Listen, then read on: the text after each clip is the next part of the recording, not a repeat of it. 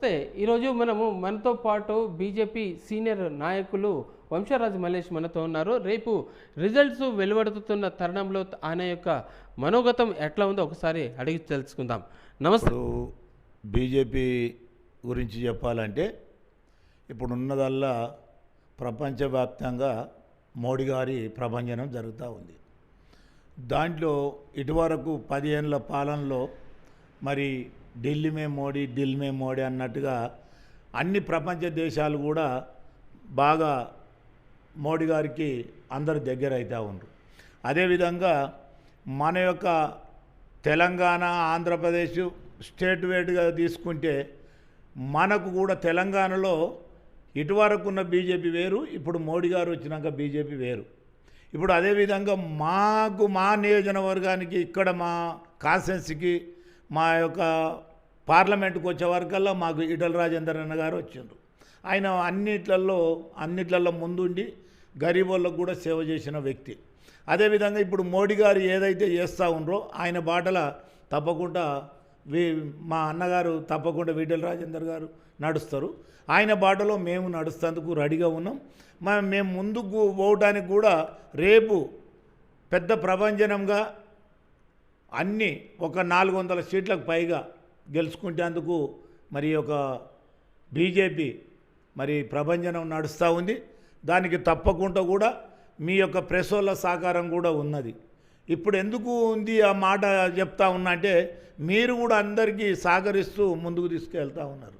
దానికి మేమందరం కూడా కలిసికట్టుగా పనిచేసి మరి మోడీ గారిని మరి ఇంకోసారి కూడా ఇప్పుడు రేపు పొద్దుగాలనే ఈ టైంకు రేపు తప్పకుండా మరి ప్రధానమంత్రి మరి మా ఈటల రాజేందర్ అన్న గారు ఇక్కడ ఎంపీగా మరి తప్పకుండా వస్తేందుకు తప్పకుండా ఉన్నది. ఒక్క నిమిషం. అయితే 10 ఏళ్ల పాటు కొనసాగించారు, ప్రధానమంత్రిగా పనిచేస్తారు మోదీ. అయితే ఇప్పటికి ఇంకా ప్రజల గుండెల్లో ఉన్నారంటారా? ప్రజల్లో ఉండేది ఆయన ఇంకా ఎక్కువైపోయాడు. ఇంకా ఆయన 10 ఏళ్ళ పాలనలో ఇంకా 10 ఏళ్ళు కూడా ఏలేటందుకు అంత ఇది సంపాదించాడు, అంత ప్రేమ సంపాదించాడు. దానికి ఎందుకు సంపాదించాడు అంటే ఆయన యువతకు ఎంతో ఆదర్శంగా ఉన్నాడు. మరి అదేవిధంగా దేవాలయాలు కూడా చూసుకుంటూ ఉంటే మరి హిందుత్వంని ఒక ఉలికిపడేలాగా చేస్తూ ఉన్నాడు. ఇంకా కూడా టెంపుల్స్ ఇంకా కడతా అని అంటున్నాడు. ఇంకా కూడా కట్టాలి. ఇంకా మేమందరం కూడా సహకరిస్తాం తప్పకుండా దాన్ని. ఇప్పుడు కాంగ్రెస్ పార్టీతోటి పోటీ పడుతూ ఈ 2 పార్టీలే ఇప్పుడు ఒకటి నువ్వా నేనా అన్నట్టుగా ఉన్నాయి. అయితే కాంగ్రెస్ కూడాను విజయ పరంపర దిశగా ముందుకు పోతుంది. మరి ఒకవేళ కాంగ్రెస్ విజయం సాధిస్తుందంటారా? విజయం సాధిస్తే బీజేపీ పరిస్థితి ఏంటి? విజయం సాధించే అవకాశాలు లేవు మొత్తం మీద. ఎందుకు లేవు అని అంటే వాళ్ళు 70 ఏళ్ళు పాలించారు. 70 ఏళ్ళ పాలన కూడా మాకు అన్నీ కూడా తెలుసు, అన్నీ చూసినాం కూడా. మాకు కూడా 70 సంవత్సరాలు ఉన్నాయి. ఇప్పుడు 70 సంవత్సరాలు మేము అప్పటి సంది కూడా మేము పుట్టినాడు సంది కూడా చూస్తూ ఉన్నాం. మరి కాంగ్రెస్ పాలన ఎలా ఉంటుంది, మరి మోడీ గారి పాలన ఎలా ఉంది. ఈ రోజు చూడండి, ఇప్పుడు అక్కడ పోయే వర్గాల ముస్లిమ్స్ కానీ ఇదని అదని అవన్నీ ఉల్టా అవుతూ ఉన్నాయి.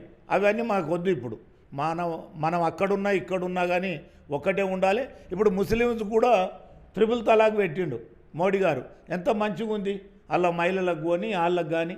ఇప్పుడు ఇంకొకటి మనం అందరం కూడా మనం ఒక్కలము ఒక 1+1 పిల్లలు కనాలంటే వాళ్ళు ఒక 10 మందిని ఇదవుతుండ్రు. అది అలాంటివి ఉండకూడదు. అందరం కూడా సమాన హక్కులు తీసుకొచ్చుకోవాలి.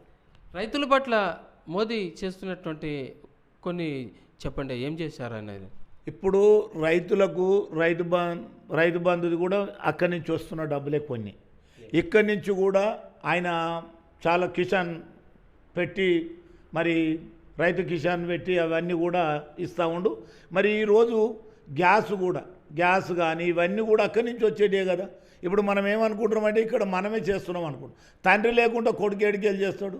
మరి నేను సంపాదించింది ఉంటేనే నా కొడుకులు వెళ్తా అనుకుంటుంది. అక్కడ మోడీ గారు ఇస్తేనే ఇక్కడ మన స్టేట్ కూడా నడుస్తూ ఉంది.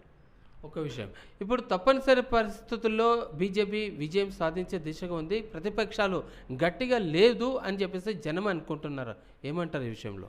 ఈ ఒక్కరోజు ఇంకా 24 గంటలే ఉంది. ఇక ఎన్ని మాట్లాడినా ఎన్ని చేసుకున్నా కానీ మరి వాళ్ళందరి రేపు పొద్దుగాలు ఎక్కడ ముఖం పెట్టుకుంటారో మరి ఎలా ముందుకు పోతారో చూద్దాం. దాన్ని కూడా ఎక్కడ తేడొచ్చినా కానీ మా మోడీ గారే తప్పకుండా మేము విజయం సాధిస్తూ ఉన్నాం. అంటే మొత్తం మీద చూస్తే విజయ పరంపర ఓకే అంతవరకు. పాలన ఏ దిశగా ఏ రకంగా ఉండబోతుంది అంచనా?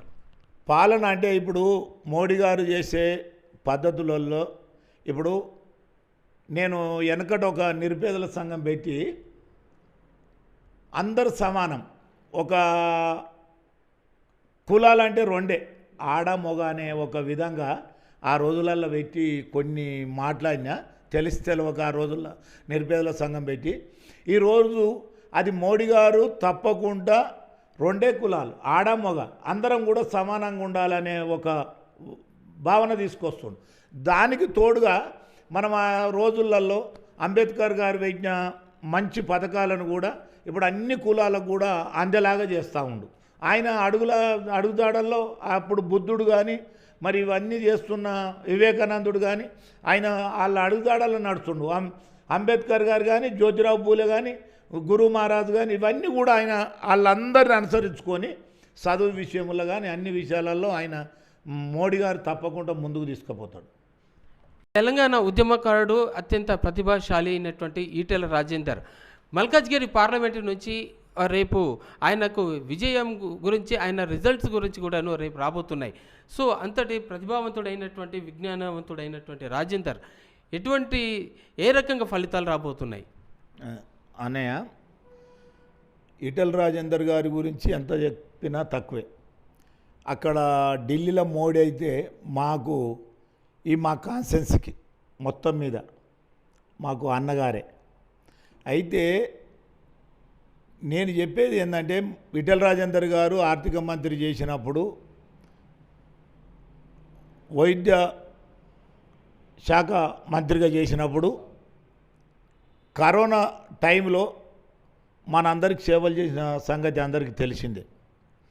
అదేవిధంగా ఇవాళ వాళ్ళ ఇంటికి వెళ్తే ఎవరిని కూడా టిఫిన్ చేయకుండా భోజనం చేయకుండా బయటికి పంపడు, ఎన్ని వేల మంది ఉన్నా కానీ. అదేవిధంగా ఇవాళ మా కాన్సెన్స్కి వచ్చిండంటే నేను బీఆర్ఎస్లో ఉండింటి, నేను అన్నగారి గురించే నేను ఈ బీజేపీలోకి వచ్చిన. నేను అందుకనే ఆయన ముఖం చూసి ఆయనను అద్వారకు కూడా చూసినాం. అప్పుడు అందులో ఉన్నాడు కాబట్టి మేము అందులోనే ఉండింటిమి ఆయనను చూసుకుంటూ. ఆయన ఇళ్ళకి వచ్చిండు కాబట్టి తప్పకుండా ఈయన ఎమ్మటే ఉండాలి, ఈయన అడుగులో అడుగేయాలి, ఈయన సేవలో మనం కొంత సేవ చేయాలనే ఉద్దేశంతో ఆయన చేస్తున్న దాంట్లో ఒక ఉడత సాయంగా మనం చేయాలనే ఉద్దేశంతో మనం అన్నగారి వెంటనే మేము ఉన్నాం. అన్నగారి కొరకే నేనైతే బీజేపీలోకి వచ్చిన. తప్పకుండా బీజేపీలో ఎవ్వరు ఏ పెద్దలు ఉన్నా కానీ అందరిని అనుసరించుకొని ముందుకు పోతాం. అదేవిధంగా రాజేందర్ అన్నగారు రేపు ఉదయం 11 గంటలకు మీరు చూడండి, ఒక 3 లక్షల మెజార్టీతోటి గెలిచబోతుండు అన్నగారు. అధిక మెజార్టీ మా యొక్క మన మల్కాజిరి కాన్స్టిట్యున్సీలో తప్పకుండా వస్తుంది. మరి ఆయన అంత మంచి, ఎక్కడ పోయినా మేము ప్రచారంలో పోయినప్పుడు అన్న మీరు ఎందుకు వస్తున్నారు, మేము తప్పకుండా రాజేందర్ అన్నకి ఓటేస్తామని చెప్పి కూడా వేసిన వాళ్ళు ఉన్నారు, వేసొచ్చి కూడా చెప్పిన వాళ్ళు ఉన్నారు. అదేవిధంగా ఆ మంచి మనసును, ఆ మంచి మాట మరి ఆనాడు పెద్దలు ఇంకా వేరే పెద్దలు చేసినంత మంచిగా చేస్తూ ఉండు మా రాజేందర్ అన్న గారు.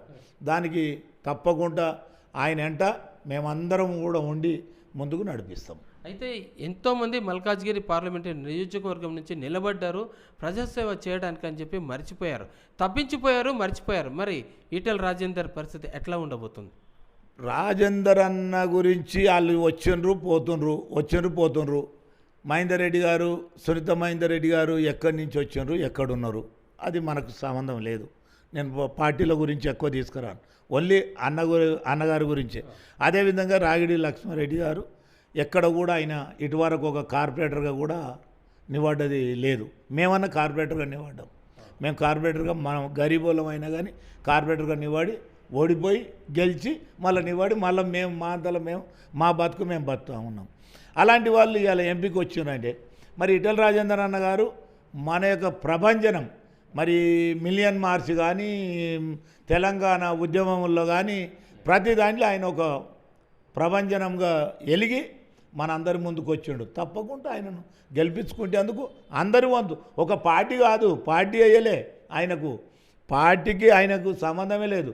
పార్టీని ఒక బొమ్మే, ఆయనే అసలు బొమ్మ. ఇక్కడ గెలుచడానికి అన్నగారే కారణం, అన్నగారు కారణం, అక్కడ మోడీ గారు, ఇక్కడ బీజేపీ గుర్తు. ఇవి మూడు మేమందరం ప్రజలందరం కలిసి వీటిని అందరం అన్నీ కూడగట్టుకొని దాన్ని ముందుకు తీసుకుపోతేందుకు మేమందరం రెడీగా ఉన్నాం. ఇది అసలు విషయం. ఓవైపు ఈటెల రాజేందర్ గెలుపు కోసం ఆకాంక్షిస్తూనే దేశం లోపల మొత్తం మీద మోడీ ప్రభంజనం కూడా మారుమోగబోతోందని అంటున్నారు. అయితే గతంలో చేసిన సేవలను జనమంతా ఏమాత్రం మర్చిపోలేరు. ఇక రాబోయే రోజుల్లో బంగారు భవిష్యత్తు ఉండబోతోందని చెప్పేసి వంశరాజ్ మాటల్లో అర్థమవుతుంది. కీర్తి శ్రీనివాస్, హైదరాబాద్.